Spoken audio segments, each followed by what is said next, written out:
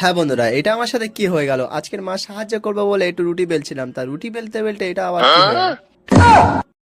সেই কারণে অনেক বকাবকি করার পরে আমার সামনে পরীক্ষা ছিল, সেই কারণে আমার পড়তে বসে দিল। তাই হালকা করে পড়ার নাম করে বিড়বিড় করছিলাম, ঠিক আছে। যেই মা একটুখানি বাইরের দিকে গেল, আমি আমার ভাইপো ফোনটা নিয়ে টিভিটি ঝাপঝাপ করে বাইরে চলে গেলাম, কারণ আমার পড়তেই ভালো লাগছে না এখন। প্রত্যেক ভিডিও খালি আর চুলে হাত দিয়েছে, চুলে হাত দিয়েছে, আর ফোনে একবার ধরে চুলে না হাত দিয়ে থাকতে পারে না। হ্যাঁ ভাই, অনেক কমেন্ট এসছে বা আপনারা হয়তো লক্ষ্য করেছেন, প্রত্যেক ভিডিওই আমি আমি চুলে হাত দিই, ঠিক আছে। ফোন ঘুরিয়ে নিজের দিকে ফেসে চুলে হাত দিই।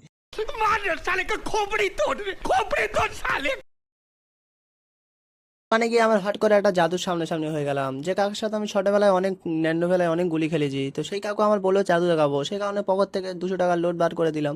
তো তিনি সেই 200 টাকার নোটটি নিয়ে এখন জাদু দেখাচ্ছে। তো কাকু তখন জাদু দেখা এরকম ভিডিও দেখার জন্য আমার পেজটাকে ফলো করুন।